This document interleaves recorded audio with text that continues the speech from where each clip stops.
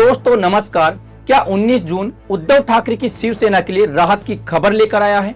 क्या 6 बागी सांसदों में से 2 सांसदों ने अभी भी अपना अंतिम फैसला रोक रखा है? और क्या यही वजह है कि अब एकनाथ शिंदे और बीजेपी खेमे को दोबारा रणनीति पर विचार करना पड़ सकता है? दोस्तों पिछले 48 घंटों से महाराष्ट्र की राजनीति में हलचल मची हुई है। उद्धव ठाकरे गुट के 6 सांसदों को लेकर लगातार खबरें आ रही हैं। इन सांसदों को होटल में शिफ्ट किया गया, इनकी सुरक्षा बढ़ाई गई और माना जा रहा है कि सभी 6 सांसद पूरी तरह शिंदे गुट के साथ चले गए हैं। लेकिन अब तस्वीर में एक नया मोड़ आता हुआ दिखाई दे रहा है। खबरें कह रही हैं कि 6 में से 4 सांसद अपने फैसले को लेकर पूरी तरह स्पष्ट है, लेकिन 2 सांसद अभी भी असमंजस के दायरे में फंसे हुए हैं। यही बात उद्धव ठाकरे के खेमे के लिए उम्मीद की किरण मानी जा रही है। दोस्तों जिन 4 सांसदों के नाम सामने आ रहे हैं उनमें नागेश पाटिल, संजय देशमुख, संजय जाधव और भाऊ साहिब वाघचौरे शामिल बताए जा रहे हैं। इनके फैसले को लेकर ज्यादा संशय नहीं बताया जा रहा, लेकिन 2 नाम सबसे ज्यादा चर्चा में है। पहला नाम है संजय टीना पाटिल और दूसरा नाम है ओम राजे निम्बालकर।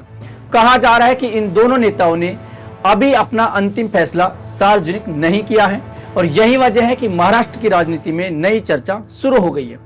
दोस्तों रिपोर्ट्स के मुताबिक संजय दीना पाटिल की कुछ शर्तें हैं। बताया जा रहा है कि वह 2029 का लोकसभा टिकट चाहते हैं, साथ ही अपनी बेटी के लिए विधान परिषद का रास्ता भी खुला रखना चाहती हैं। यानी उनकी राजनीतिक शर्तें काफी बड़ी हैं और इन्हीं शर्तों के कारण मामला अभी भी पूरी तरह अटका हुआ है। उधर ओम राज्य निम्बालकर का मामला थोड़ा अलग बताया जा रहा है।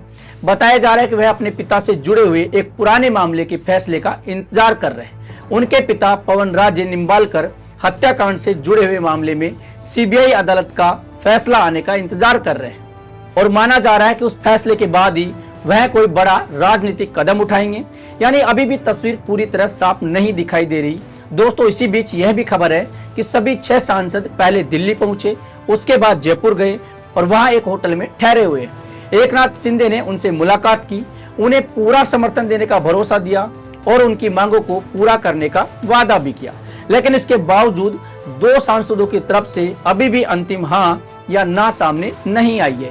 यही वजह है कि उद्धव ठाकरे खेमे में उम्मीद अभी बाकी है और दोस्तों इसी दौरान इन सांसदों की सुरक्षा भी बढ़ा दी गई है। उन्हें वायु श्रेणी की सुरक्षा देने का फैसला किया गया है और जरूरत पड़ने पर सुरक्षा और बढ़ाने के निर्देश भी दिए गए। उधर संजय राउत लगातार बागी सांसदों पर हमला बोल रहे हैं। उन्होंने साफ कहा कि ऐसे लोगों को सबक सिखाने की जरूरत है ताकि भविष्य में कोई भी ठाकरे परिवार के साथ विश्वासघात करने की हिम्मत न करे। दोस्तों 19 जून का दिन इसलिए भी खास है क्योंकि इसी दिन 1966 में बाला साहेब ठाकरे ने शिवसेना की स्थापना की थी और स्थापना दिवस के मौके पर उद्धव ठाकरे ने मातोश्री में बड़ी बैठक बुलाई। उन्होंने कार्यकर्ताओं से एकजुट रहने की अपील की और कहा कि शिव सैनिकों को आक्रामक रहना होगा, ठीक वैसे ही जैसे बाला साहेब ठाकरे के दौरान शिव सैनिक रहते थे। उधर एकनाथ शिंदे गुट ने भी स्थापना दिवस का आयोजन किया। बताया जा रहा है कि मंच पर सभी 6 सांसद मौजूद हो सकते हैं, लेकिन बड़ा सवाल यही है क्या मंच पर मौजूद होना ही अंतिम फैसला माना जाए, क्योंकि राजनीति में तस्वीर कई बार आखिरी वक्त तक बदलती रहती है। दोस्तों इसी बीच कांग्रेस नेता संजय झा ने भी बीजेपी पर निशाना साधा। उन्होंने तंज कसते हुए कहा कि बीजेपी को सांसदों और दोस्तों बीजेपी और बागी सांसदों की तरफ से भी अब एक नया नैरेटिव सामने लाया जा रहा है।